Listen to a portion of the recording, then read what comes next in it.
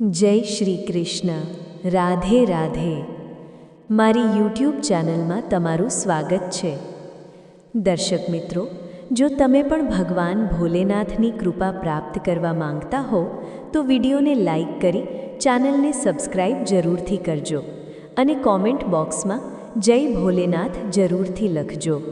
ચાલો કથા શરૂ કરીએ.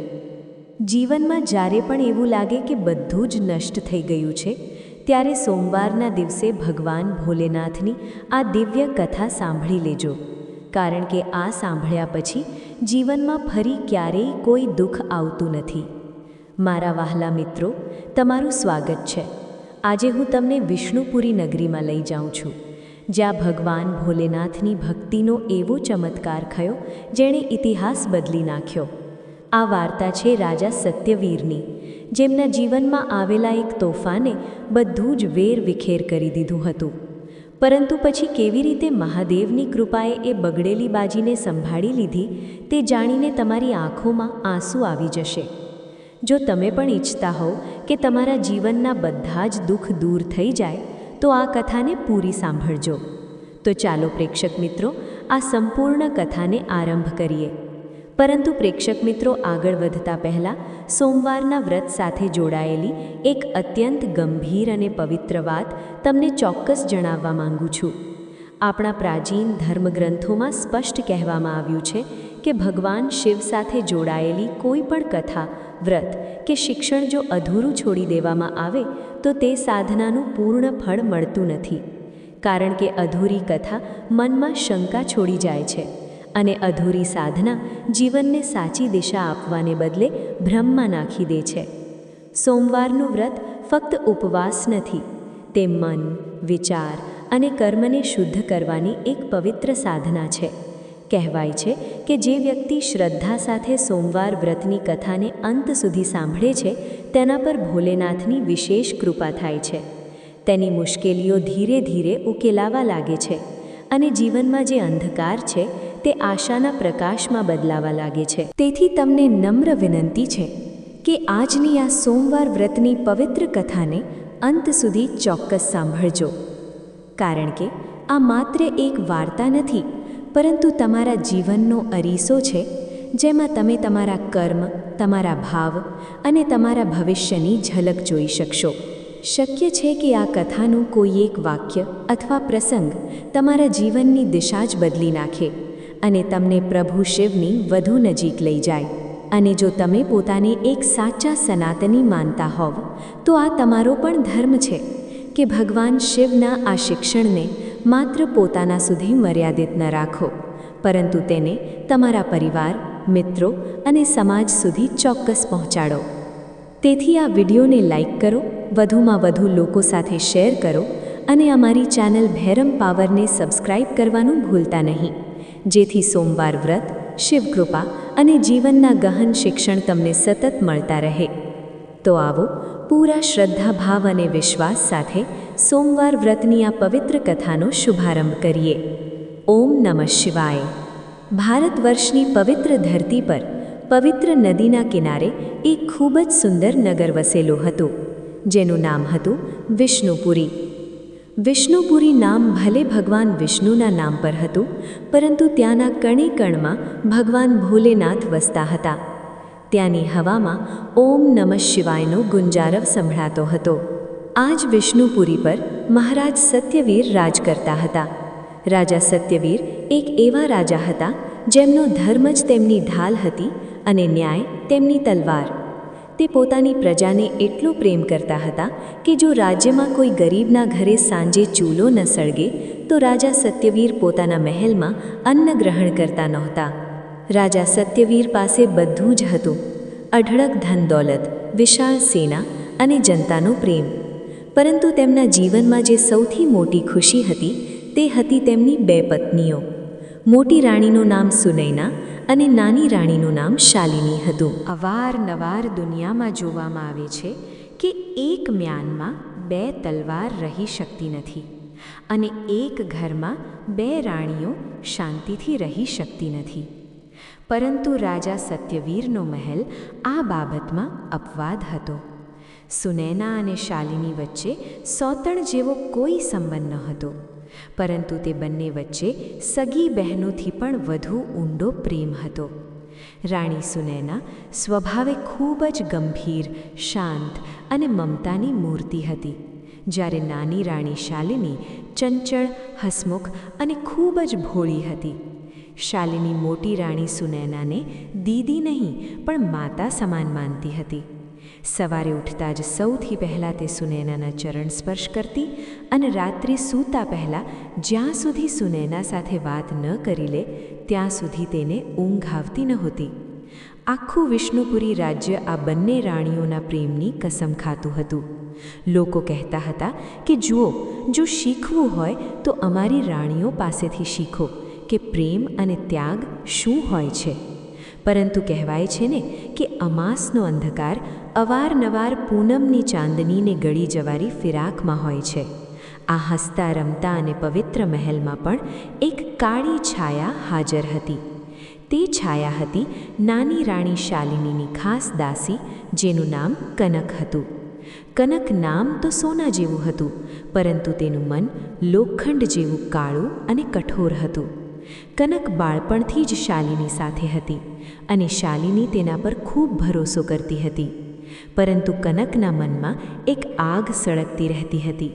તેને આ વાત બિલકુલ ગમતી નહોતી કે તેની માલકિન શાલિની મોટી રાણી સુનૈનાની આટલી સેવા કેમ કરે છે. કનક ઈચ્છતી હતી કે મહેલની બધી જ સત્તા અને અધિકાર માત્ર નાની રાણી શાલિની પાસે હોય, જેથી દાસી હોવા છતાં કનકનું રાજ ચાલી શકે. એક દિવસની વાત છે. શ્રાવણ મહિનો ચાલી રહ્યો હતો. રાજા સત્યવીર ભગવાન શિવના દર્શન કરીને પાછા ફર્યા હતા. તે પોતાની સાથે એક ખૂબ જ દુર્લભ અને ચમત્કારી રત્નજડિત કંગન લઈને આવ્યા હતા. તે કંગન એટલું સુંદર હતું કે જાણે સાક્ષાત તારાઓને તોડીને તેમાં જડી દેવામાં આવ્યા હોય. રાજા સીધા મોટી રાણી સુનૈનાના રૂમમાં ગયા. તે સમયે ત્યાં નાની રાણી શાલિની પણ બેઠેલી હતી.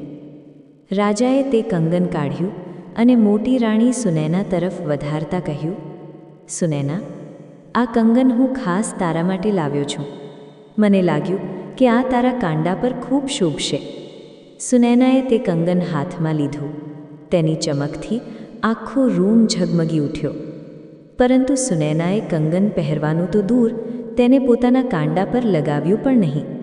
તેણે તરત જ તે કંગન શાલિની તરફ વધારી દીધું અને રાજાને કહ્યું, મહારાજ, આ કંગન ખૂબ સુંદર છે, પરંતુ આ મારા કાંડા પર નહીં, મારી નાની બહેન શાલિનીના કાંડા પર વધુ શોભશે.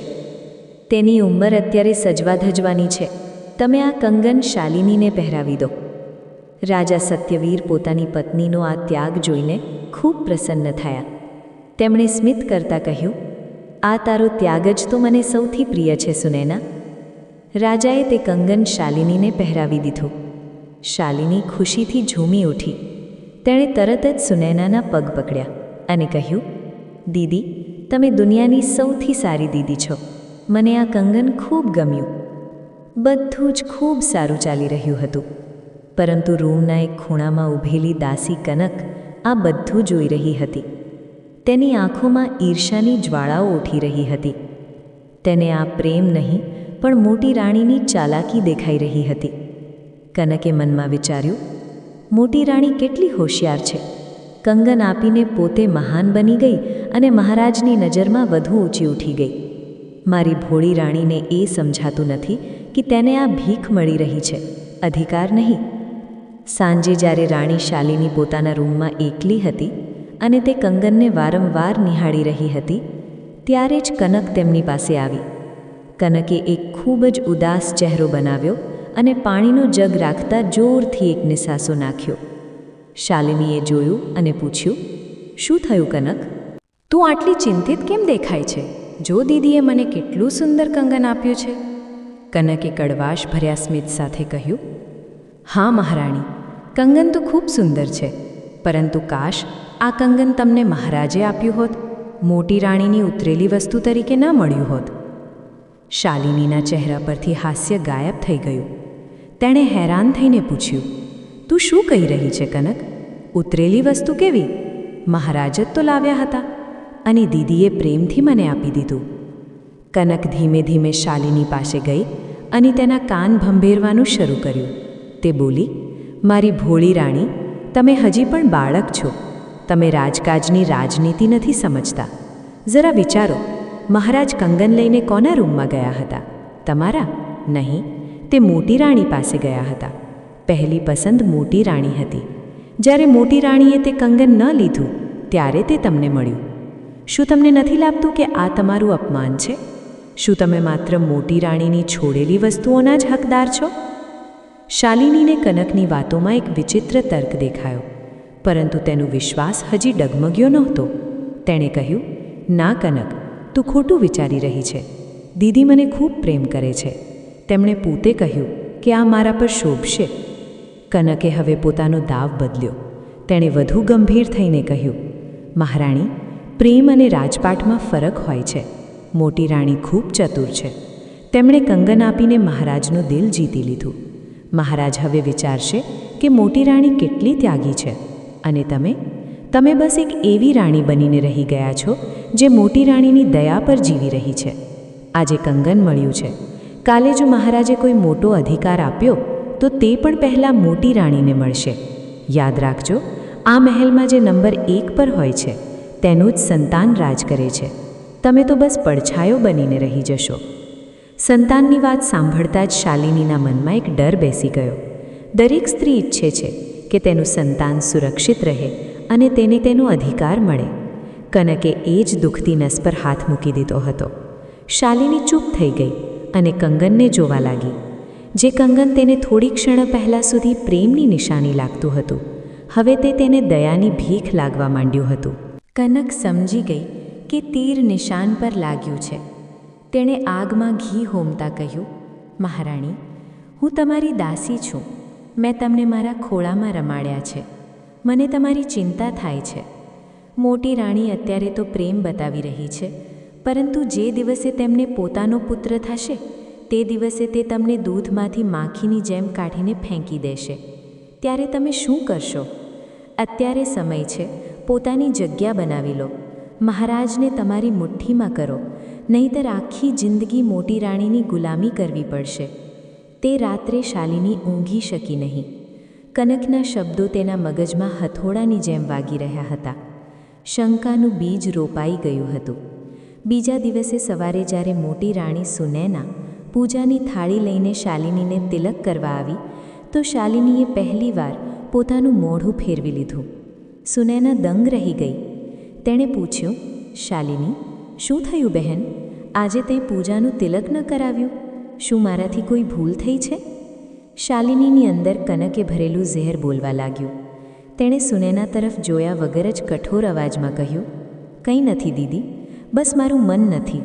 અને આમ પણ તમે તો મહારાણી છો, મોટી લાણી છો. તમારી મારી ચિંતા કરવાની શું જરૂર? તમે જઈને તમારી પૂજા કરો, મને એકલી છોડી દો. સુનૈનાને પોતાના કાન પર વિશ્વાસ ના આવ્યો. તેની નાની બહેન, જે તેની સામે ઊંચા અવાજે વાત નહોતી કરતી, આજે તેને મેણા મારી રહી હતી. સુનૈનાની આંખોમાં આંસુ આવી ગયા. તેણે કહ્યું, શાલિની, આ તો શું કહી રહી છે? મેં તો ક્યારેય તને મારાથી અલગ સમજી જ નથી. જો કોઈએ તને કંઈ કહ્યું હોય તો મને જણાવો. શાલિનીએ ઝટકા સાથે કહ્યું, કોઈએ કંઈ નથી કહ્યું. બસ મને હવે સમજાઈ ગયું છે કે આ મહેલમાં મારું સ્થાન શું છે. હું તમારી ઉતરેલી વસ્તુ અને તમારી દયા પર જીવવા માટે નથી. આટલું કહીને શાલિની પોતાના રૂમની અંદર જતી રહી અને દરવાજો બંધ કરી દીધો. સુનૈના બહાર ઊભી રડતી રહી. તેને સમજાતું નહોતું કે અચાનક એવું તો શું થઈ ગયું. પરંતુ દૂર ઊભેલી કનક આ બધું જોઈ રહી હતી અને કુટિલતાથી સ્મિત કરી રહી હતી. તેની ચાલ સફળ થઈ રહી હતી.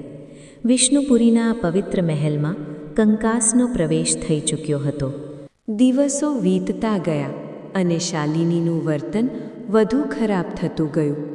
તે હવે રાજા સત્યવીરથી પણ અલિપ્ત રહેવા લાગી હતી. તે દરેક વાતમાં પોતાનું અપમાન શોધવા લાગી. રાજા સત્યવીર ખૂબ ચિંતિત હતા. તેમણે ઘણીવાર શાલિનીને સમજાવવાનો પ્રયત્ન કર્યો, પરંતુ શાલિનીની આંખો પર શંકાની પટ્ટી બંધાઈ ગઈ હતી. આ દરમિયાન એક ખૂબ જ મહત્વપૂર્ણ ઘટના ઘટી. રાજ્યના રાજપુરોહિતે ભવિષ્યવાણી કરી કે રાજા સત્યવીરના ઘરે જલ્દી જ એક તેજસ્વી પુત્રનો જન્મ થવાનો છે. આ સમાચાર આખા રાજ્યમાં ખુશીની લહેર લાવી દીધી. પરંતુ આ જ સમાચાર શાલિની માટે ચિંતાનો વિષય બની ગયો. કનકે શાલિની પાસે આવીને કહ્યું, સાંભળ્યું તમે મહારાણી? પુત્ર થવાનો છે. જો આ પુત્ર મોટી રાણી સુનૈનાની કુખેથી થયો તો સમજી લો તમારી રમત પૂરી. તે ભવિષ્યનો રાજા બનશે અને તમે અને તમારા બાળકો તેના નોકર. હવે તમારે કંઈક કરવું પડશે. તમારે એ સુનિશ્ચિત કરવું પડશે કે તે પુત્ર તમારી કુખેથી હોય અથવા પછી મોટી રાણીની કૂખ ક્યારેય લીલી ન થાય. શાલિની ડરથી ધ્રુજી ઉઠી. આ તું શું કહી રહી છે કનક? હું આવું પાપ કેવી રીતે વિચારી શકું? કનકે ડરાવતા કહ્યું, તો પછી તૈયાર રહો દાસી બનવા માટે. ધર્મ અને પાપની વાતો નબળા લોકો કરે છે. મહારાણી, રાજપાટ પ્રાપ્ત કરવા માટે સામ દામ દંડ ભેદ બધું જ યોગ્ય છે. મારી પાસે એક ઉપાય છે. જંગલમાં એક અઘોરી બાબા રહે છે. તેમની પાસે એક એવી ભસ્મ છે કે જેને જો મોટી રાણીના ભોજનમાં ભેળવી દેવામાં આવે તો તે બીમાર પડી જશે અને ક્યારેય માતા નહીં બની શકે. બસ આ જ એક રસ્તો છે મહારાજને પૂરેપૂરા પોતાના બનાવવાનો. શાલિનીની બુદ્ધિ મરી ગઈ હતી. ઈર્ષાએ તેણે અંધ કરી દીધી હતી. તેણે ધ્રુજતા હાથે પોતાની સંમતિ આપી દીધી. અમાસની તે કાળી રાત હતી જ્યારે વિષ્ણુપુરીના મહેલમાં એક એવું ષડયંત્ર રચાઈ રહ્યું હતું જેણે સંબંધોની મર્યાદાને તોડી નાખવાની તૈયારી કરી લીધી હતી. દાસી કનક, જે ઈર્ષાની આગમાં બળી રહી હતી, તે પેલા તાંત્રિક અઘોરી પાસેથી તે ઝેરી ભસ્મ લઈને આવી ગઈ હતી. તેણે તે પડીકી નાની રાણી શાલિનીના હાથમાં પકડાવી દીધી.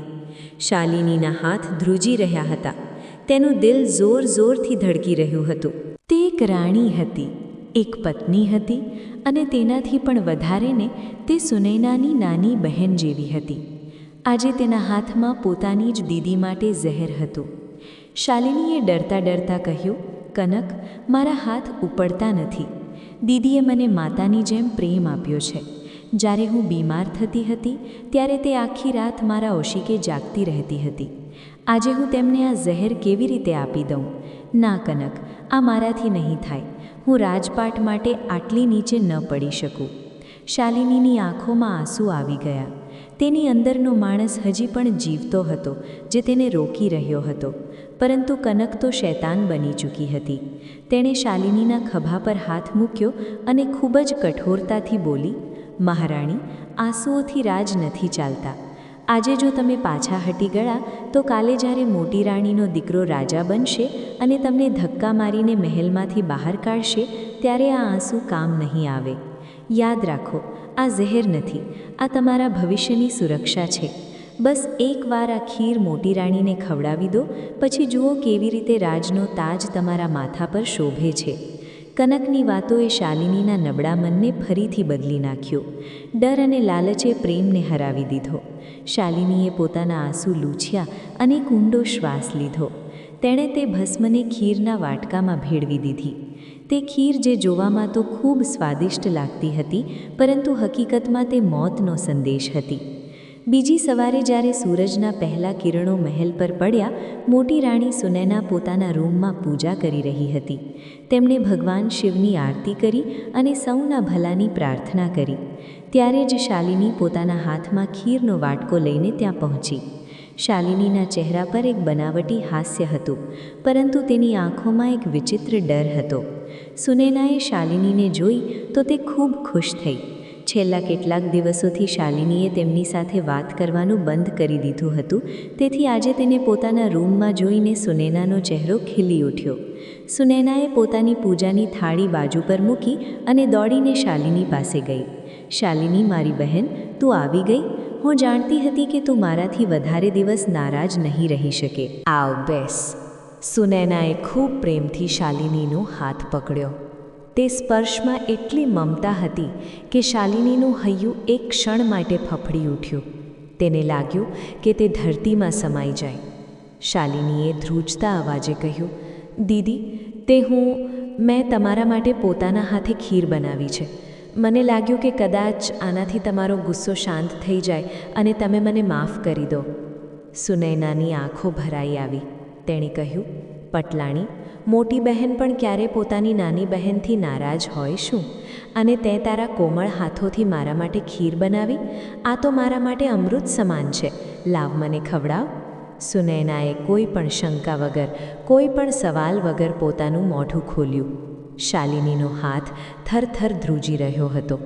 એક ક્ષણ માટે તેને લાગ્યું કે તે વાટકો ફેંકી દે અને દીદીના પગમાં પડીને બધું સત્ય જણાવી દે. પરંતુ ત્યારે જ પડદા પાછળ ઊભેલી કનકે તેને ઘૂરીને જોયું. શાલિનીએ પોતાની આંખો બંધ કરી અને તે ઝેર ભળેલી ખીરનો એક ચમચો સુનૈનાના મોઢામાં નાખી દીધો. સુનૈનાએ ખૂબ જ હોંશથી ખીર ખાધી. તે બોલી, વાહ શાલિની, આટલી સ્વાદિષ્ટ ખીર તો રસોઈયા પણ નથી બનાવતા. આમાં તો તારા પ્રેમનો સ્વાદ છે. સુનૈના તે ખીરના વખાણ કરતી રહી અને શાલિની અંદરને અંદર મરતી રહી.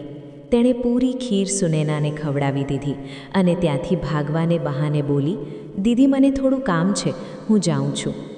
શાલિની ત્યાંથી ભાગીને પોતાના રૂમમાં આવી અને પલંગ પર પડીને ધ્રુંસકે રડવા લાગી. તેને અનુભૂતિ થઈ રહી હતી કે તેણે પોતાની આત્માની હત્યા કરી દીધી છે. બીજી બાજુ થોડી જ વારમાં તે ઝેડે પોતાની અસર બતાવવાનું શરૂ કરી દીધું.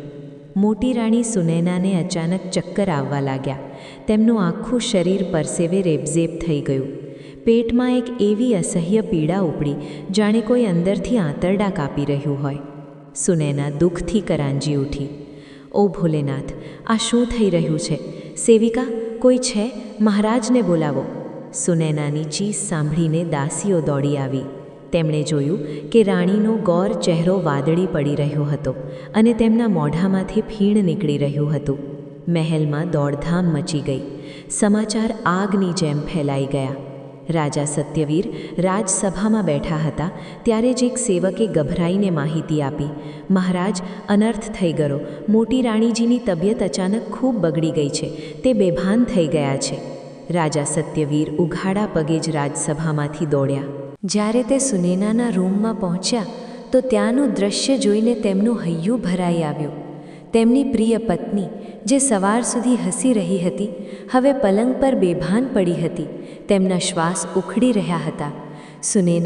સુનૈના, આંખો ખોલ. તને શું થયું? રાજાએ રડતા રડતા સુનૈનાનું માથું પોતાના ખોળામાં લઈ લીધું. રાજ્યના સૌથી મોટા રાજવૈદ્યને તરત જ બોલાવવામાં આવ્યા. રાજવૈદ્યએ સુનૈનાની નાડી તપાસી, તેમની આંખો જોઈ અને ચિંતિત થઈને માથું હલાવ્યું. રાજાએ ગભરાઈને પૂછ્યું, વૈદ્યજી, શું થયું છે મારી રાણીને? તે સાજી તો થઈ જશે ને? રાજવૈદ્યએ ગંભીર અવાજે કહ્યું, મહારાજ, ક્ષમા કરજો, આ કોઈ સાધારણ બીમારી નથી. લક્ષણો પરથી એવું લાગે છે કે મહારાણીના શરીરમાં કોઈ હળાહળ ઝેરનો પ્રવેશ થયો છે. આ ઝેર ધીમે ધીમે તેમના પ્રાણ શોષી રહ્યું છે.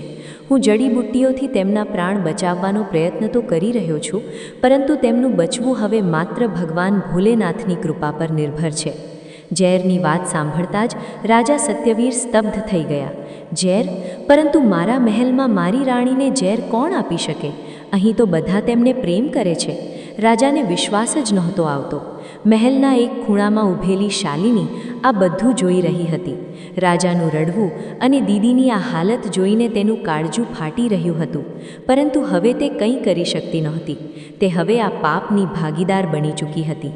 કનક તેની પાસે આવી અને ધીમેથી બોલી, મહારાણી, હવે બસ થોડા જ દિવસની વાત છે, પછી બધું જ તમારું હશે. તમારા ચહેરા પર દુઃખનું નાટક ચાલુ રાખજો, નહીંતર પકડાઈ જશો. દિવસો વીતવા લાગ્યા, પરંતુ રાણી સુનૈનાની હાલતમાં કોઈ સુધારો ન થયો. તે કોમા જેવી સ્થિતિમાં જતી રહી. ના તે બોલતી હતી, ના સાંભળતી હતી. બસ એક જીવતી લાશની જેમ પલંગ પર પડી રહેતી હતી. રાજા સત્યવીર અન્ન જળ છોડી દીધું. તે દિવસ રાત સુનૈનાના ઓશિકે બેસી રહેતા અને શિવજીને પ્રાર્થના કરતા. મહેલની ખુશીઓ શોકમાં બદલાઈ ગઈ હતી, પરંતુ આ શોકની વચ્ચે કનક અને શાલિનીની યોજનાનો બીજો તબક્કો શરૂ થયો. કનકે શાલિનીને કહ્યું, મહારાણી, હવે રાજા પૂરેપૂરા તૂટી ગયા છે. આ જ મોકો છે તેમને સંભાળવાનો. હવે તમે જ તેમની એકમાત્ર રાણી છો. તેમની પાસે જાઓ, તેમને આશ્વાસન આપો અને ધીરે ધીરે તેમનું ધ્યાન પોતાની તરફ ખેંચો. શાલિનીએ તેમ જ કર્યું. તે રાજા પાસે જતી, તેમને જમવા માટે આગ્રહ કરતી અને ખોટી હમદર્દી બતાવતી. રાજા સત્યવીરને લાગ્યું કે આ દુઃખની ઘડીમાં શાલિની જ તેમનો સહારા છે.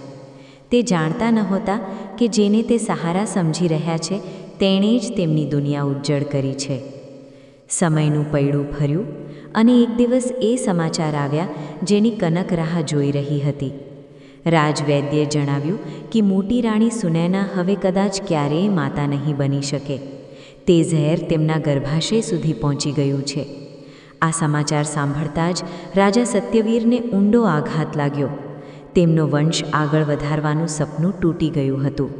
ત્યારે જ કનકે ખૂબ જ ચાલાકીથી રાજપુરોહિતો અને મંત્રીઓ વચ્ચે આ વાત ફેલાવી દીધી કે રાજાને વંશ જોઈએ અને મોટી રાણી હવે અસમર્થ છે, તેથી હવે બધી આશાઓ નાની રાણી શાલિની પર છે. દબાણ વધવા લાગ્યું અને આખરે એ જ થયું જે કનક ઈચ્છતી હતી. રાજા સત્યવીર ભારે મને રાજ્યના ભલા માટે પોતાનું ધ્યાન શાલિની તરફ વાળ્યું. થોડા જ સમય પછી શાલિની ગર્ભવતી થઈ. આખા રાજ્યમાં ખુશીઓ મનાવવામાં આવી. રાજા સત્યવીર પણ થોડા ખુશ થયા, પરંતુ તેમની ખુશી અધૂરી હતી કારણ કે તેમની પ્રિય સુનૈના હજી પણ મૃત્યુશૈયા પર હતી. 9 મહિના પછી શાલિનીએ એક પુત્રને જન્મ આપ્યો. તે બાળક ખૂબ જ સુંદર હતું, પરંતુ તેના જન્મ સમયે એક વિચિત્ર ઘટના ઘટી. જેવું બાળક રડ્યું, મહેલની બહાર એક સૂકાયેલું વિશાળ ઝાડ અચાનક પડી ગયું અને આંધી ચાલવા લાગી. રાજપુરોહિતે તેને અપશુકન માન્યું, પરંતુ કનકે તેને દબાવી દીધું. તેણે કહ્યું, આ તો બાળકના તેજનો પ્રભાવ છે.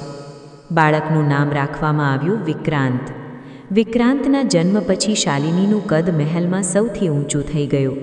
હવે તે જ પટરાણી જેવી હતી. દાસી કનક હવે મુખ્ય પરિચારિકા બની ગઈ હતી. તેનું અભિમાન 7મા આસમાને હતું. તેણે ધીમે ધીમે જૂના વફાદાર સેવકોને કામ પરથી હટાવવાનું શરૂ કર્યું અને પોતાની પસંદગીના ચાપલૂસ લોકોને નોકરી પર રાખી લીધા.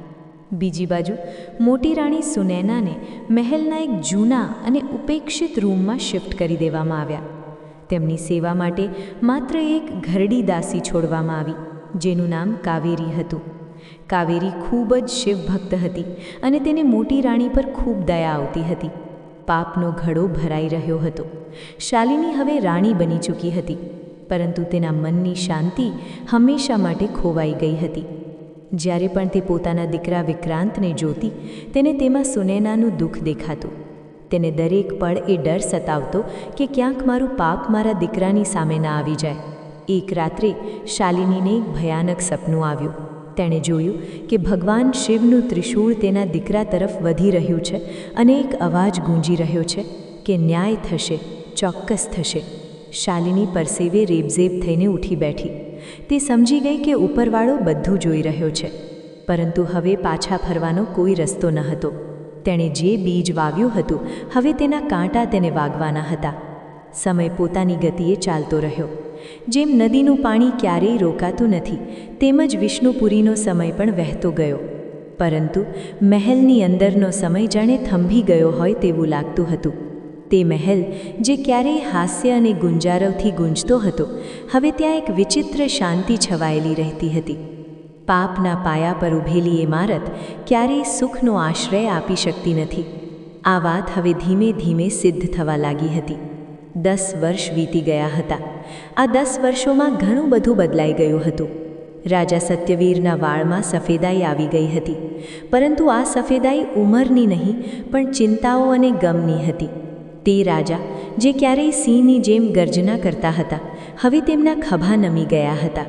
તેમની પ્રિય પત્ની સુનૈના હજી પણ તે જ રૂમમાં એક જીવતી લાશની જેમ પડી હતી. ન તે હલી શકતી હતી, ન બોલી શકતી હતી. બસ તેમના શ્વાસ ચાલી રહ્યા હતા. જાણે યમરાજ પણ શિવજીના ભક્તની પત્નીના પ્રાણ હરતા ડરતા હોય. જ્યારે બીજી તરફ મહેલના આંગણામાં એક નવું તોફાન ઉછરી રહ્યું હતું. તે તોફાન હતું રાજકુમાર વિક્રાંત. વિક્રાંત હવે 10 વર્ષનો થઈ ચૂક્યો હતો. તે દેખાવમાં ખૂબ જ સુંદર અને તેજસ્વી હતો. બિલકુલ પોતાના પિતા રાજા સત્યવીર જેવો, પરંતુ તેનો સ્વભાવ પોતાના પિતાથી બિલકુલ વિરુદ્ધ હતો. જ્યાં રાજા સત્યવીર દયા અને ધર્મના પ્રતીક હતા, ત્યાં વિક્રાંત ક્રૂરતા અને અહંકારનો પૂતળો હતો. અને વિક્રાંતને આવો બનાવનાર બીજી કોઈ નહીં પણ પેલી દાસી કનક જ હતી, જેણે તેને બાળપણથી જ પોતાના ખોળામાં રમાડ્યો હતો. કનકે વિક્રાંતના મનમાં બાળપણથી જ ઝેર ભરવાનું શરૂ કરી દીધું હતું. તે તેને હંમેશા એવું જ શીખવતી કે રાજકુમાર, તમે આ રાજ્યનું ભવિષ્ય છો. આખી દુનિયા તમારા પગની ધૂળ છે. જે તમારી વાત ન માને તેને કચડી નાખવા એ જ રાજાનો ધર્મ છે. દયા કરવી એ નબળા લોકોનું કામ છે. એક દિવસની ઘટના છે. સવારનો સમય હતો. મહેલના બગીચામાં રાજકુમાર વિક્રાંત પોતાના મિત્રો સાથે રમી રહ્યો હતો. બગીચામાં એક ખૂબ જ સુંદર મોર નાચી રહ્યો હતો. મોરને જોઈને વિક્રાંતની આંખોમાં ચમક આવી ગઈ, પરંતુ તે ચમક ખુશીની નહીં પણ તોફાનની હતી. તેણે તરત જ પોતાનું ધનુષ ઉઠાવ્યું અને નિશાન તાક્યું. પાસે ઊભેલી એક દાસીએ આ જોઈ લીધું. તેણે ડરતા ડરતા કહ્યું, નાના રાજકુમાર, અનર્થ ન કરો. આ મોર તો ભગવાન કાર્તિકેયનું વાહન છે અને ખૂબ સુંદર છે. તેને મારવો એ પાપ છે. વિક્રાંતે તે દાસી તરફ જોયું. તેની આંખોમાં 10 વર્ષના બાળકની માસૂમિયત નહીં પણ એક રાક્ષસ જેવી ક્રૂરતા હતી. તેણે હસતા હસતા કહ્યું, પાપ? હું રાજકુમાર છું. હું જે ઈચ્છું તે કરી શકું છું. મને રોકનારી તું કોણ? અને કોઈ કંઈ કરે તે પહેલાં જ વિક્રાંતે તીર છોડી દીધું. તીર સીધું મોરના ગળામાં વાગ્યું. તે મૂંગું પક્ષી તડપી તડપીને ત્યાં જ મરી ગયું. વિક્રાંત અને તેના મિત્રો જોર જોરથી હસવા લાગ્યા. જોયું, મારું નિશાન કેટલું પાકું છે, વિક્રાંતે છાતી ગજગજ ફૂલાવતા કહ્યું. આ અવાજ સાંભળીને રાણી શાલિની ત્યાં દોડી આવી. જ્યારે તેમણે મરેલા મોરને અને હસતા પોતાના દીકરાને જોયો તો તેમનું હૈયું બેસી ગયું. શાલિનીએ વિક્રાંતનો હાથ પકડ્યો અને ગુસ્સામાં કહ્યું, વિક્રાંત, આ તે શું કર્યું? એક મૂંગા જીવનો જીવ લઈ લીધો. તને દયા નથી આવતી? ચાલ, અત્યારે જ તારા પિતાજી પાસે માફી માંગ. વિક્રાંતે ઝાટકા સાથે પોતાનો હાથ છોડાવી લીધો. તેણે પોતાની માતા શાલિનીની આંખોમાં આંખ નાખીને કહ્યું, હું માફી નહીં માંગું. કનક માસી કહે છે કે રાજા ક્યારેય માફી નથી માંગતો. રાજા તો માત્ર દંડ આપે છે. અને તમે મને વડનારા કોણ? પિતાજી તો હંમેશા બીમાર મોટી મા પાસે જ બેઠા રહે છે. તેમને મારી ક્યાં ચિંતા છે? પોતાના જ દીકરાના મોઢે આવી વાતો સાંભળીને શાલિની સ્તબ્ધ થઈ ગઈ. તેને લાગ્યું જાણે કોઈએ તેના ગાલ પર તમાચો માર્યો હોય. આ એ જ શબ્દો હતા જે કનકે વિક્રાંતને ગોખાવ્યા હતા. શાલિનીને આજે અહેસાસ થયો કે તેણે પોતાનો દીકરો ગુમાવી દીધો છે. તેણે જે દીકરા માટે પોતાની બહેન સમાન સુનૈનાને ઝહેર આપ્યું હતું, આજે એ જ દીકરો તેના હાથમાંથી નીકળી રહ્યો હતો. તે કનકની કઠપૂતળી બની ગયો હતો. શાલિનીની આંખોમાંથી આંસુ વહેવા લાગ્યા. તે સમજી ગઈ કે કર્મોનું ફળ મળવાનું શરૂ થઈ ગયું છે. તેણે એક રાક્ષસને જન્મ આપ્યો છે જે કાલે વિષ્ણુપુરીનો વિનાશ કરશે.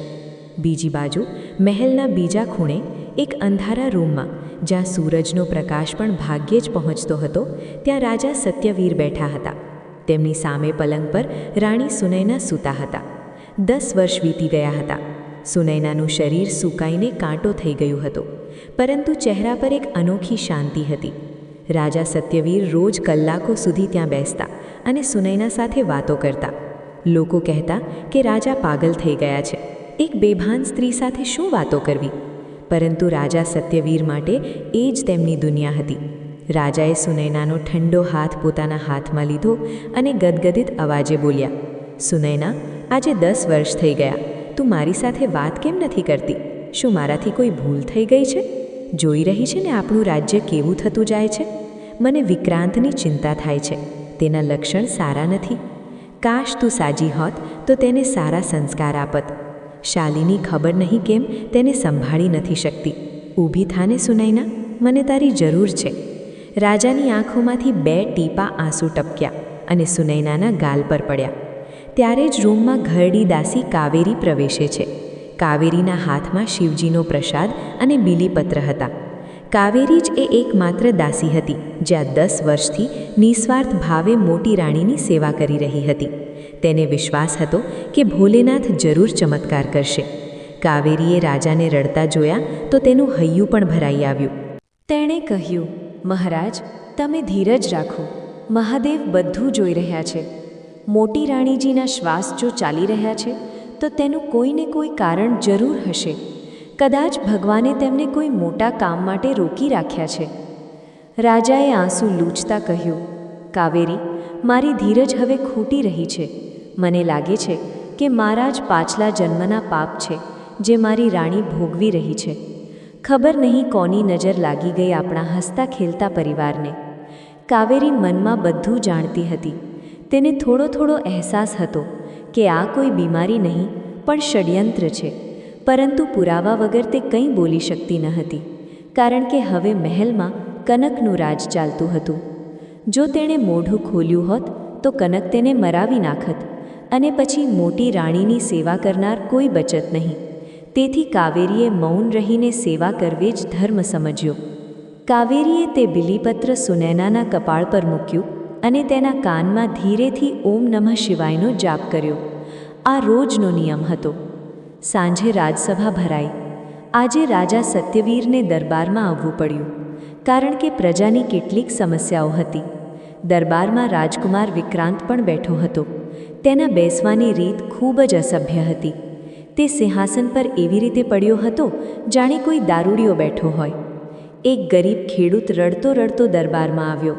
તેણે ફરિયાદ કરી, મહારાજ, ન્યાય કરો. તમારા સૈનિકોએ મારો પાક ઉજ્જડ કરી દીધો. તેઓ ત્યાં ઘોડા દોડાવી રહ્યા હતા. મારી વર્ષભરની મહેનત બરબાદ થઈ ગઈ. મારા બાળકો ભૂખ્યા મરશે. મને ન્યાય આપો.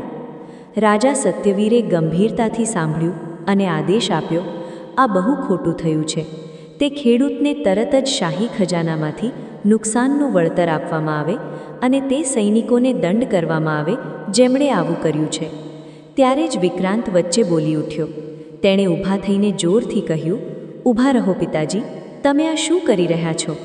એક સામાન્ય ખેડૂત માટે તમે તમારા જ સૈનિકોને દંડ આપશો? સૈનિકો રાજ્યની તાકાત હોય છે. જો તેમણે ખેતરમાં ઘોડા દોડાવ્યા તો શું થઈ ગયું?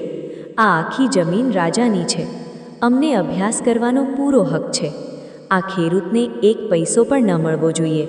ઉલટો તેને કોરડા મારીને બહાર કાઢી મૂકવો જોઈએ, જેથી ફરીવાર દરબારમાં આવીને ફરિયાદ કરવાની તેની હિંમત ના થાય. આખો દરબાર સ્તબ્ધ થઈ ગયો.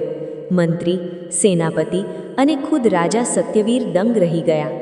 એક 10 વર્ષના બાળકના મોઢે આટલી નિર્દયતાભરી વાતો? રાજા સત્યવીરને ખૂબ ગુસ્સો આવ્યો. તેમણે કડક અવાજમાં કહ્યું, વિક્રાંત, આ તું શું કહી રહ્યો છે? રાજાનો ધર્મ પ્રજાની રક્ષા કરવાનો હોય છે, તેમને કચડવાનો નહીં. તારી જીભ પર લગામ રાખ. અત્યારે તું બાળક છે. વડીલોની વચ્ચે બોલવાનું શીખ. વિક્રાંતે પોતાના પિતાને ઘૂરીને જોયા. તેની આંખોમાં ડર નહીં પણ વિદ્રોહ હતો. તે પગ પછાડતો સભાની બહાર જતો રહ્યો, પણ જતાં જતાં કહી ગયો કે ધર્મ અને ન્યાયની વાતો તો માત્ર ચોપડીઓમાં જ સારી લાગે છે.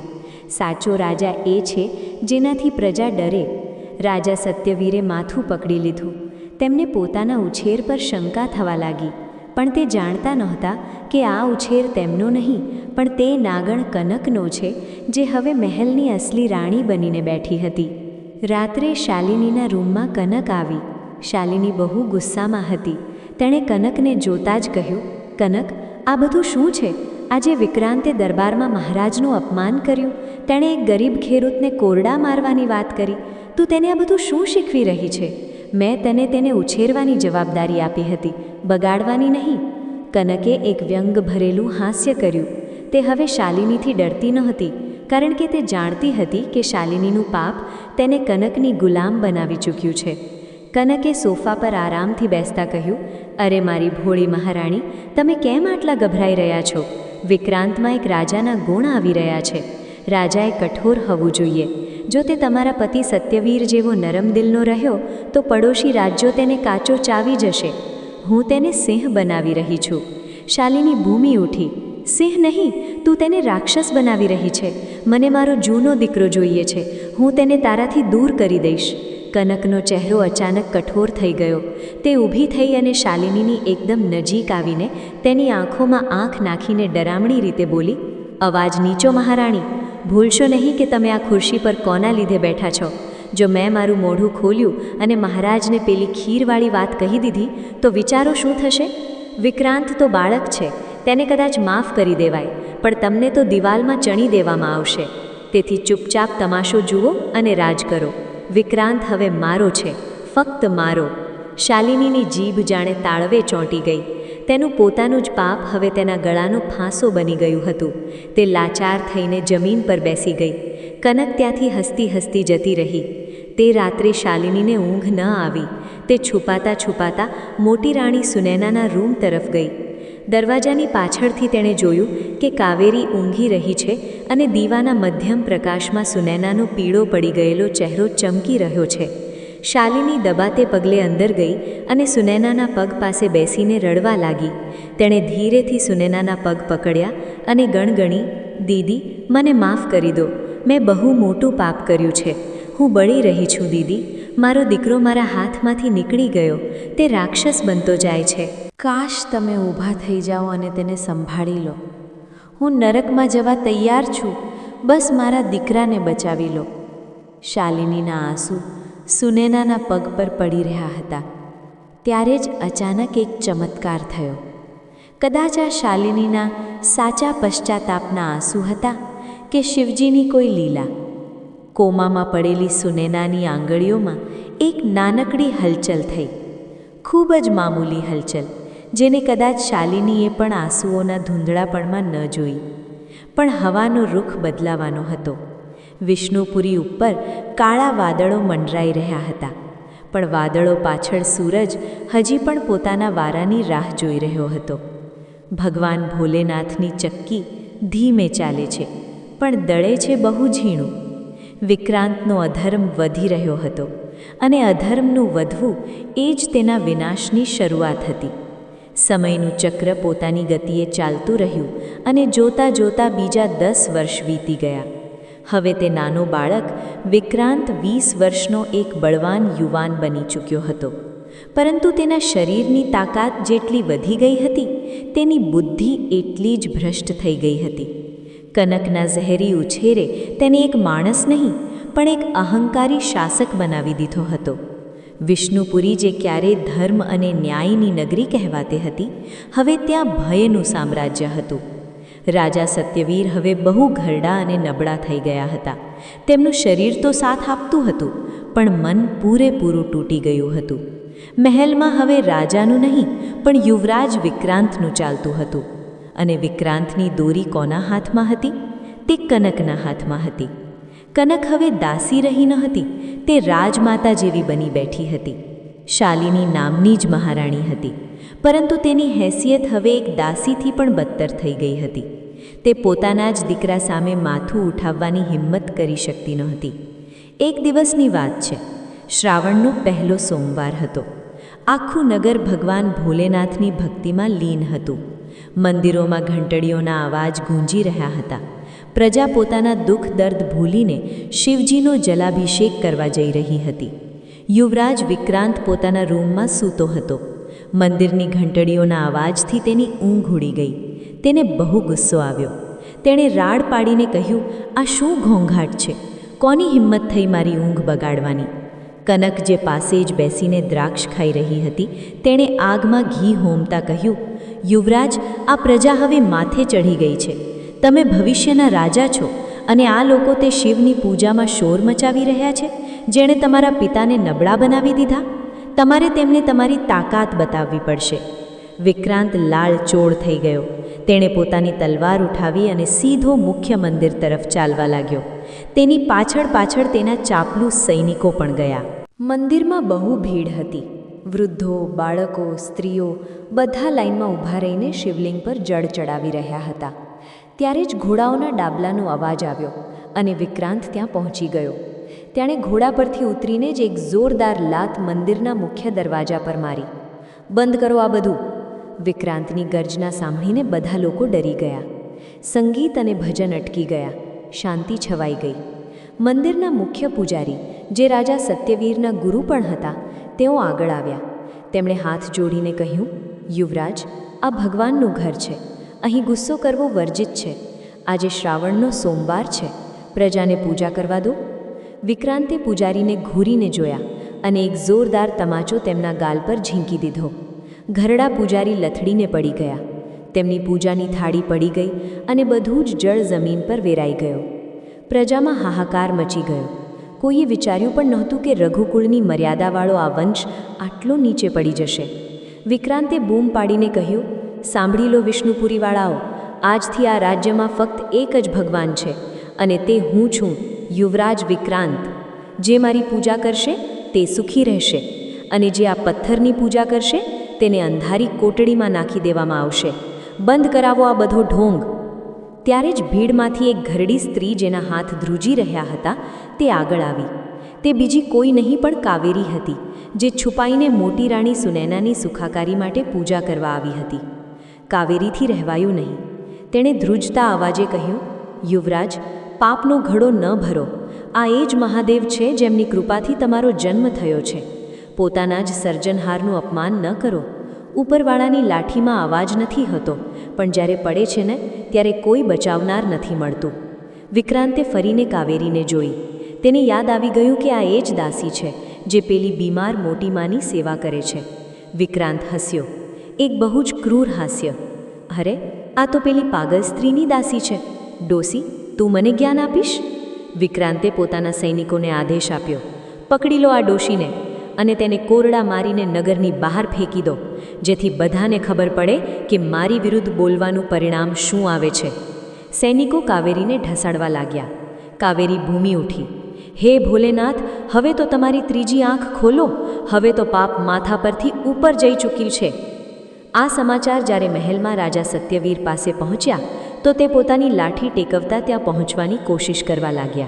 પણ કનકે મહેલના દરવાજે જ તેમને રોકી દીધા. કનકે રાજાની સામે આવીને નિર્લજ્જતાથી કહ્યું, મહારાજ, તમે ક્યાં જઈ રહ્યા છો? ઘડપણમાં તમારે આરામ કરવો જોઈએ. બહાર યુવરાજ રાજ્ય સંભાળી રહ્યા છે, તેમને તેમનું કામ કરવા દો. રાજા સત્યવીરે કનકને જોઈ. તેમની આંખોમાં આજે એક અલગ જ તેજ હતું. તેમણે કહ્યું, કનક, ખસી જા મારા રસ્તેથી. આજે મારા દીકરાએ મહાદેવનું અપમાન કર્યું છે. જો આજે મેં તેને નહીં રોક્યો તો મારો વંશ નાશ પામશે. તે મારા દીકરાને રાક્ષસ બનાવી દીધો છે. હું તને શ્રાપ આપું છું. રાજા વધુ કંઈ કહે તે પહેલાં જ કનકે ઇશારો કર્યો અને 2 હટ્ટા-કટ્ટા પહેરેદારોએ રાજાને પકડી લીધા. કનકે હસતા હસતા કહ્યું, શ્રાપ? અરે મહારાજ, તમારા પુણ્યો તો ક્યારના પૂરા થઈ ગયા. હવે તમે નામ પૂરતા રાજા છો. ચૂપચાપ તમારા રૂમમાં જઈને બેસો, નહીંતર યુવરાજને ખબર પડશે તો તે તમારું પણ અપમાન કરી દેશે. રાજા સત્યવીર લાચાર થઈ ગયા. તેમને પોતાના જ મહેલમાં પોતાના જ દીકરાના સૈનિકોએ નજરકેદ કરી દીધા. તે પોતાના રૂમની બારીમાંથી મંદિર તરફ જોઈ રહ્યા હતા અને તેમની આંખોમાંથી આંસુની ધારા વહી રહી હતી. તેમણે હાથ જોડીને આકાશ તરફ જોયું અને કહ્યું, પ્રભુ, મને ઉપાડી લો. મારાથી હવે આ અધર્મ નથી જોવાતો. મારી જ સંતાન મારો કાળ બની ગઈ છે. આ કેવો ન્યાય છે તારો? બીજી બાજુ મંદિરને જબરદસ્તી બંધ કરાવી દેવામાં આવ્યું. શિવલિંગ પર તાળું મારી દેવામાં આવ્યો. કાવેરીને અધમૂઈ કરીને જંગલના કિનારે ફેંકી દેવામાં આવી. વિષ્ણુપુરીમાં શોક છવાઈ ગયો. લોકો પોતાના ઘરોમાં ભરાઈ ગયા. કોઈના ઘરે ચૂલો ના સળગ્યો. પણ કહેવાય છે કે જ્યારે ધરતી પર પાપનો ભાર વધી જાય છે ત્યારે ભગવાન કોઈને કોઈ સ્વરૂપે આવે છે. તે જ સાંજે જ્યારે સૂરજ આથમી રહ્યો હતો અને લાલાશ આકાશમાં છવાયેલી હતી, વિષ્ણુપુરીની સીમા પર એક અઘોરી સાધુનું આગમન થયું. તેમનું રૂપ બહુ જ વિચિત્ર હતું. કપાળ પર ભસ્મ, ગળામાં રુદ્રાક્ષની માળાઓ, હાથમાં ચીપીઓ અને આંખોમાં સૂર્ય જેવું તેજ. તેમની સાથે કોઈ સેના ન હતી, બસ એક નાનું કૂતરું તેમની પાછળ પાછળ ચાલતું હતું. સાધુએ નગરના મુખ્ય દરવાજે ડગલું મૂક્યું. દ્વારપાળોએ તેમને રોક્યા. એ બાબા, ક્યાં જાઓ છો? ખબર નથી યુવરાજ વિક્રાંતનો આદેશ છે, કોઈ પણ સાધુ ફકીર નગરમાં ના ઘૂસી શકે. ભાગો અહીંથી. સાધુએ એક જોરદાર અટ્ટહાસ કર્યો. તેમનું હાસ્ય એટલું ભારે હતું કે દ્વારપાળોના રૂવાણા ઊભા થઈ ગયા. સાધુએ પોતાની લાલ આંખોથી દ્વારપાળને જોયો અને ગંભીર અવાજમાં બોલ્યા, મૂર્ખ, અમે આવતા નથી, અમને બોલાવવામાં આવે છે. કાળનું તેડું આવ્યું છે આ નગરી માટે. જા તારા યુવરાજને કહી દે કે શિવનો એક ગણ આવ્યો છે. જો હિંમત હોય તો રોકી લે. દ્વારપાળોને ગુસ્સો આવ્યો. તેમણે પોતાના ભાલા સાધુ તરફ કર્યા. પાગલ થઈ ગયો છે શું? ચલ ભાગ અહીંથી. જેવું સૈનિકે ભાલો આગળ વધાર્યો, સાધુએ બસ પોતાનો ચીપિયો જમીન પર પછાડ્યો. ઠન! એક એવો અવાજ થયો જાણે વીજળી પડી હોય. તે અવાજની તરંગથી જ સૈનિકો દૂર જઈ પડ્યા. તેઓ ભયભીત થઈને ભાગ્યા. સાધુ રોકટોક વગર નગરમાં પ્રવેશ કરી ગયા. તે સીધા ચાલતા જ જતા હતા અને તેમના મુખમાંથી બસ એક જ ધ્વનિ નીકળતી હતી: બમ બમ ભોલે, બમ બમ ભોલે. લોકો પોતાની બારીઓમાંથી ડોકિયું કરીને જોઈ રહ્યા હતા. સૌના મનમાં એક જ સવાલ હતો: કોણ છે આ? શું આ અમને બચાવવા આવ્યો છે કે આ પણ વિક્રાંતના ક્રોધનો ભોગ બનશે? સાધુ ચાલતા ચાલતા રાજમહેલની બરાબર સામેવાળા ચોક પર રોકાઈ ગયા. ત્યાં તેમણે પોતાનું આસન જમાવ્યું. તેમણે એક ધૂણી ધખાવી અને આંખો બંધ કરીને બેસી ગયા. આ સમાચાર હવાની જેમ મહેલમાં પહોંચ્યા. કનક અને વિક્રાંત ભોજન કરી રહ્યા હતા. એક સૈનિકે હાંફતા હાંફતા આવીને સમાચાર આપ્યા: યુવરાજ, અનર્થ થઈ ગયો. એક બહુ જ ભયંકર અઘોરી નગરમાં ઘૂસી આવ્યો છે. તેણે આપણા સૈનિકોને અડ્યા વગર જ પાડી દીધા. તે હવે મહેલની સામે બેઠો છે અને અજીબ અજીબ મંત્રો ભણી રહ્યો છે. વિક્રાંતે દારૂનો પ્યાલો પછાડ્યો. ફરી એક ઢોંગી? આજે તો હું આ બધા સાધુઓનો કિસ્સો જ ખતમ કરી દઈશ. મારી તલવાર લાવો. શાલિની, જે પાસે જ ઊભી રહીને પાણી પીવડાવી રહી હતી, તેણે ગભરાઈને કહ્યું: બેટા, ના જઈશ. સાધુ સંતોને સતાવવા ઠીક નથી. સવારે જે થયું તે થયું. હવે વધારે પાપ ના કર. વિક્રાંતે શાલિનીને ધક્કો મારી દીધો. શાલિની પડી ગઈ. માં, તમે તમારી બકવાસ બંધ રાખો. આજે હું તે સાધુનું માથું કાપીને નગરના ચોક પર લટકાવીશ, જેથી ભવિષ્યમાં કોઈ પણ ભગવાધારી મારી નગરી તરફ જોવાની હિંમત ન કરે. વિક્રાંત પોતાની ઓઘાડી તલવાર લઈને ક્રોધમાં ભરેલો મહેલની બહાર નીકળ્યો. તેની પાછળ આખી સેના હતી. કનક પણ અટારી પર આવીને આ તમાશો જોવા માટે ઊભી રહી ગઈ. જેવો વિક્રાંત તે ચોક પર પહોંચ્યો, તેણે જોયું કે સાધુ આંખો બંધ કરીને બેઠો છે અને તેની ચારે બાજુ એક અજીબ પ્રકાશ છે. પણ વિક્રાંતનો અહંકાર તેને આ બધું જોવા દેતો નહોતો. વિક્રાંતે ગર્જના કરતાં કહ્યું: એ પાખંડી, ખોલ તારી આંખો. જો તારી સામે તારો કાળ ઊભો છે, કોની રજાથી તે મારી નગરીમાં પગ મૂક્યો? સાધુએ ધીરે ધીરે પોતાની આંખો ખોલી. તેમની આંખોમાં એટલું ઊંડું મૌન હતું કે વિક્રાંત પણ એક પળ માટે સહેમી ગયો. સાધુએ બહુ જ શાંત અવાજમાં કહ્યું: બાળક, અમે રજા નહીં, ભિક્ષા માંગીએ છીએ. અને આજે અમે તારા અહંકારની ભિક્ષા માંગવા આવ્યા છીએ. આપી દે તારો આ જૂઠો ઘમંડ, નહીંતર આ તને જ બાળીને રાખ કરી દેશે. વિક્રાંત હસ્યો. મારો ઘમંડ? તું મારી સામે ભીખ માંગી રહ્યો છે અને વાતો મોટી મોટી કરે છે. લે, હું તને ભિક્ષા આપું છું. મૃત્યુની ભિક્ષા. વિક્રાંતે પોતાની તલવાર હવામાં લહેરાવી અને પૂરી તાકાતથી સાધુના ગળા પર વાર કરવા માટે દોડ્યો. મહેલની બારીમાંથી જોઈ રહેલા રાજા સત્યવીરે પોતાની આંખો બંધ કરી દીધી. હે મહાદેવ, અનર્થ થતો રોકી લો. અને ત્યારે જ એક ચમત્કાર થયો. જેવી વિક્રાંતની તલવાર સાધુની નજીક પહોંચી, સાધુએ પોતાનો હાથ પણ ના ઉઠાવ્યો. બસ તેમની જટામાંથી એક કાળો નાગ ફૂંફાળા મારતો બહાર નીકળ્યો અને વિક્રાંતની તલવાર પર વીંટળાઈ ગયો. વિક્રાંતના હાથમાંથી તલવાર છૂટીને પડી ગઈ. તે ફફડીને પાછળ હટ્યો. સાધુ પોતાના આસન પરથી ઊભા થઈ ગયા. તેમનું કદ અચાનક બહુ મોટું લાગવા માંડ્યું. તેમણે પોતાના ગંભીર અવાજમાં કહ્યું: વિક્રાંત, તે આજે શિવના દ્વાર પર લાત મારી છે. તે એક માતાનું અપમાન કર્યું છે. તારું પાપ હવે ભરાઈ ચૂક્યું છે. આજથી બરાબર 7મા દિવસે, યાદ રાખજે, બરાબર 7મા દિવસે અમાસની રાત્રે તારા આ અહંકારનો અંત આવશે. ત્યાં સુધી તું જે કરી શકે તે કરી લે. આ શિવનો ન્યાય છે. આટલું કહીને સાધુએ પોતાની ઝોળીમાંથી ભસ્મ કાઢી અને હવામાં ઉડાવી. જોતાં જોતાં ત્યાં ધુમાડો છવાઈ ગયો અને જ્યારે ધુમાડો હટ્યો તો ત્યાં કોઈ ન હતું. ના સાધુ, ના કૂતરું, ના ધૂણી, બધું ગાયબ. વિક્રાંત ત્યાં પરસેવે રેબઝેબ ઊભો હતો. તેનું શરીર ધ્રુજતું હતું, પણ તેનો ઘમંડ હજી પણ તેને એ સ્વીકારતા રોકી રહ્યો હતો કે તે ડરી ગયો છે. તેણે રાડ પાડીને કહ્યું: આ જાદુ છે, આ બધું નજરનો દગો છે. શોધો તેને, પાતાળમાંથી પણ શોધી લાવો તે ઢોંગીને. હું તેને જીવતો બાળી દઈશ. સૈનિકો આમ તેમ દોડ્યા, પણ તે સાધુ ક્યાંય ન મળ્યો. મહેલમાં કનકના ચહેરા પર પણ ફાળ પડી રહી હતી. પહેલીવાર તેને ડર લાગ્યો હતો. 7 દિવસ પછી શું થવાનું હતું? શું સાચે જ પાપનો ઘડો ફૂટવાનો હતો, કે પછી આ કનકની કોઈ નવી ચાલ હશે, આ ભવિષ્યવાણીને ખોટી પાડવાની? તે અઘોરી સાધુની ચેતવણી પછી વિષ્ણુપુરીમાં એક વિચિત્ર શાંતિ છવાઈ ગઈ હતી. 6 દિવસ વીતી ગયા. આ 6 દિવસોમાં યુવરાજ વિક્રાંતે પોતાની સુરક્ષા વધારી દીધી હતી.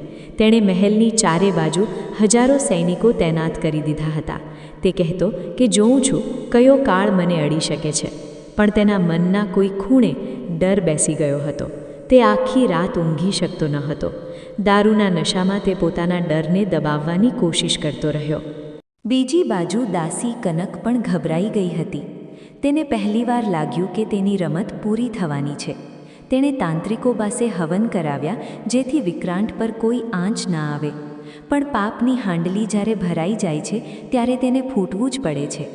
આખરે 7મા દિવસની રાત આવી જ ગઈ. તે અમાસની રાત હતી. આકાશમાં કાળા વાદળો એવા ઘેરાયા જાણે પ્રલય આવવાનો હોય. પવન ચીસો પાડવા લાગ્યો. મહેલના દીવા આપોઆપ બુઝાઈ ગયા. રાત્રે બરાબર 12 વાગે જ્યારે વિક્રાંત પોતાના રૂમમાં બેસીને પોતાની તલવારની ધાર જોઈ રહ્યો હતો, અચાનક તેને પોતાના શરીરમાં બળતરા અનુભવાઈ. બળતરા એટલી તેજ હતી જાણે કોઈએ તેના લોહીમાં તેજાબ ભરી દીધું હોય. ઓ માં, મને બચાવો! વિક્રાંત ચીસ પાડીને જમીન પર પડી ગયો. તેની ચીસ સાંભળીને શાલિની અને કનક દોડી આવ્યા. તેમણે જોયું કે વિક્રાંતનું શરીર વાદળી પડી રહ્યું હતું અને તેને શ્વાસ લેવામાં તકલીફ થઈ રહી હતી. રાજવૈદ્યને બોલાવવામાં આવ્યા, પણ કોઈ દવા અસર નહોતી કરી રહી. વિક્રાંત તડપી રહ્યો હતો. માં, મને બહુ દુઃખ થાય છે. તે સાધુ સાચું કહેતો હતો. મને બચાવી લો માં. પોતાના દીકરાને મરતો જોઈ શાલિનીની ધીરજ ખૂટી ગઈ. તેને સમજાઈ ગયું કે આ કોઈ બીમારી નથી, આ તેના પાપોની સજા છે. તે રડતી રડતી વિક્રાંત પાસે બેસી અને બૂમી ઉઠી, આ બધું મારા લીધે થઈ રહ્યું છે. આ મારા પાપનું ફળ છે. પાસે ઊભેલી કનકે તેને ચૂપ કરાવવાની કોશિશ કરી. મહારાણી, ચૂપ રહો, હોશમાં આવો. પણ આજે શાલિની રોકાવાની નહોતી. તેણે કનકને જોરથી ધક્કો માર્યો અને રાજા સત્યવીરના રૂમ તરફ દોડી. રાજા સત્યવીર પોતાની ખુરશી પર બેસી શિવજીનું ધ્યાન કરી રહ્યા હતા. શાલિની તેમના પગમાં પડી ગઈ અને ધ્રુસકે ધ્રુસકે રડવા લાગી. મને મારી નાખો મહારાજ, મને સજા આપો. હું ડાકણ છું. મેં જ આ ઘરને બરબાદ કર્યું છે. રાજા સત્યવીરે હેરાન થઈને પૂછ્યું, શાલિની, શું થયું? તું આવી વાતો કેમ કરે છે? શાલિનીએ રડતા રડતા પોતાનું બધું પાપ ઓકી દીધું. મહારાજ, 20 વર્ષ પહેલાં દીદી સુનૈલા બીમાર નહોતા પડ્યા. મેં તેમને ઝહેર આપ્યું હતું. કનકના ચઢાવ્યામાં આવીને રાજપાથના લાલચમાં મેં મારી જીજ દીદીને તે ઝહેરી ખીર ખવડાવી હતી, અને તે જ પાપના લીધે આજે મારો દીકરો તડપી તડપીને મરી રહ્યો છે. મહાદેવ મને મારા કર્મોની સજા આપી રહ્યા છે. આ સત્ય સાંભળીને રાજા સત્યવીરના પગ નીચેથી જમીન સરકી ગઈ. તે પથ્થરની મૂર્તિ બની ગયા.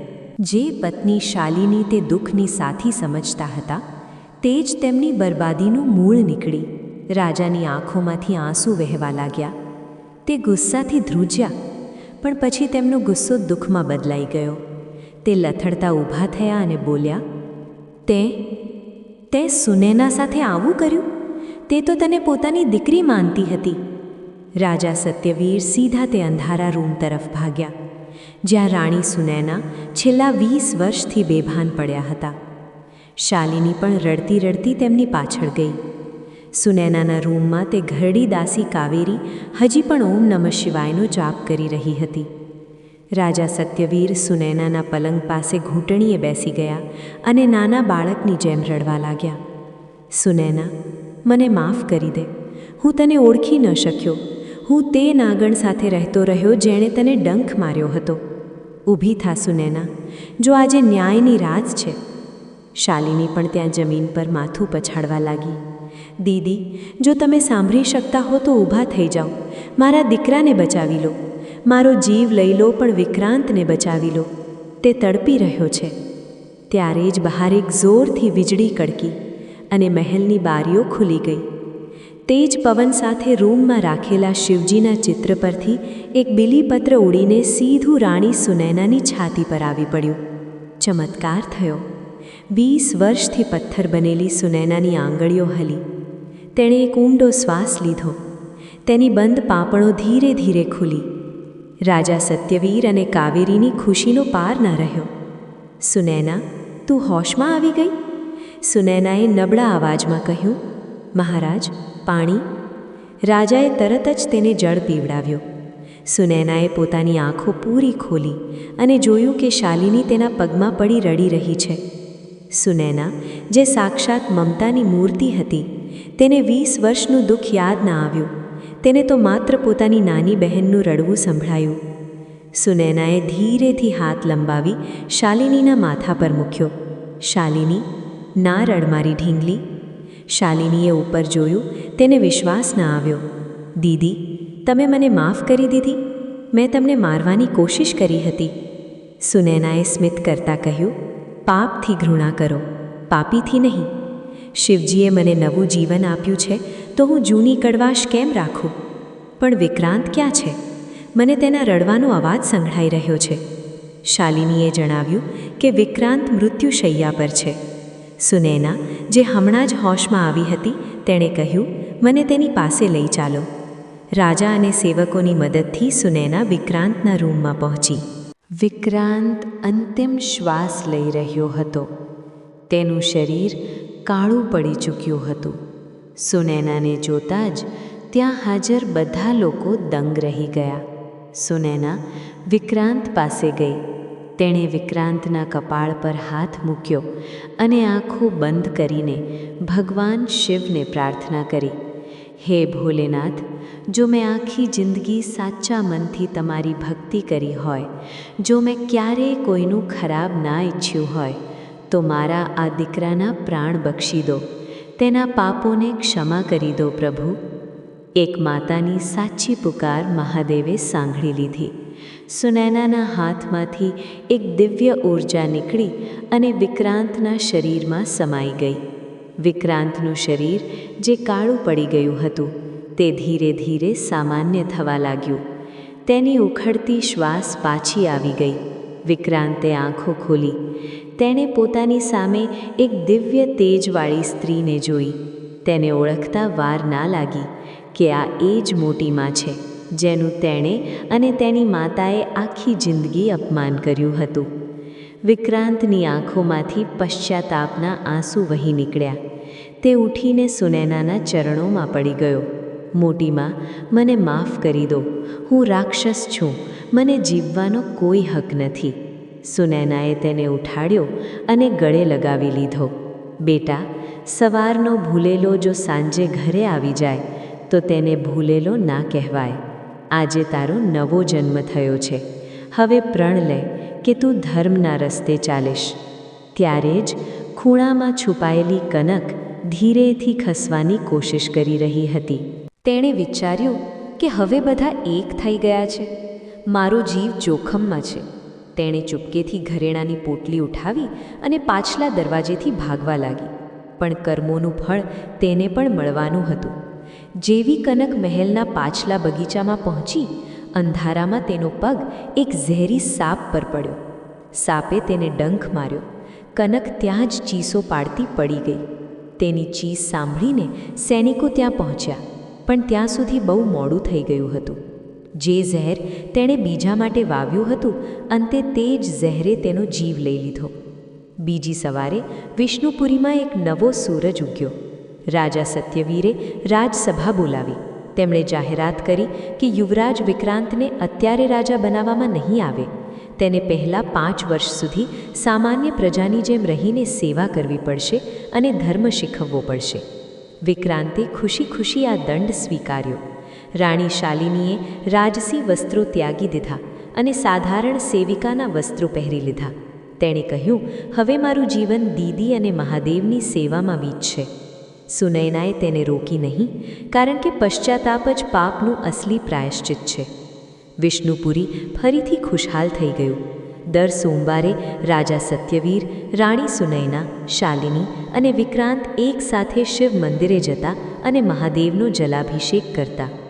વાર્તાનો બોધ. મિત્રો, આ વાર્તા પરથી આપણને એ જ શીખ મળે છે કે જેવું કરશો તેવું ભરશો. આપણે જે બીજા માટે ખાડો ખોદીએ છીએ, એક દિવસ તેમાં આપણે પોતે જ પડીએ છીએ. અને બીજી વાત એ કે ભગવાન શિવ બહુ દયાળુ છે. જો પાપી પણ સાચા મનથી પ્રાયશ્ચિત કરે અને શરણે આવે તો તે તેને પણ માફ કરી દે છે. પણ ક્ષમા માંગવા માટે અહંકારનો ત્યાગ કરવો પડે છે. જો તમને ભગવાન ભોલેનાથની આ કથા ગમી હોય તો કોમેન્ટમાં હર હર મહાદેવ જરૂર લખજો અને વિડીયોને લાઈક કરજો. પ્રિય ભક્તો, આવો હવે આપણે ભગવાન શિવની આરતીનું સ્મરણ કરીએ. ઓમ જય શિવ ઓમકારા, સ્વામી જય શિવ ઓમકારા, બ્રહ્મા વિષ્ણુ સદાશિવ અર્ધાંગી ધારા, એકાનન ચતુરાનન પંચાનન રાજે, સ્વામી પંચાનન રાજે, હંસાનન ગરુડાસન વૃષવાહન સાજે. ઓમ જય શિવ ઓમકારા. દો ભુજ ચાર ચતુર્ભુજ, 10 ભુજ અતિ સોહે, સ્વામી 10 ભુજ અતિ સોહે, ત્રિગુણ રૂપ નિરખતા ત્રિભુવન જન મોહે. ઓમ જય શિવ ઓમકારા. અક્ષમાલા વનમાલા મુંડમાલા ધારી, સ્વામી મુંડમાલા ધારી, ચંદન મૃગ મદ સોહે ભાલ શશિધારી. ઓમ જય શિવ ઓમકારા. શ્વેતાંબર પીતાંબર બાઘાંબર અંગે, સ્વામી બાઘાંબર અંગે, સનકાદિક ગરુડાદિક ભૂતાદિક સંગે. ઓમ જય શિવ ઓમકારા. કર્મે શ્રેષ્ઠ કમંડલુ ચક્ર ત્રિશૂલધારી, કર ત્રિશૂલધારી, જગત પાલન કરતા શિવ ત્રિપુરારી. ઓમ જય શિવ ઓમકારા. कैलास गिरि के निवासी नीलकंठ अविनाशी, सुन हे शंकर जय महिमा प्रकाशी. ओम जय शिव ओमकारा. शिव की आरती जो कोई मन से गावे, कहत शिवानंद स्वामी मन वांछित फल पावे. ओम जय शिव ओमकारा. बोलो शंकर भगवान नी जय.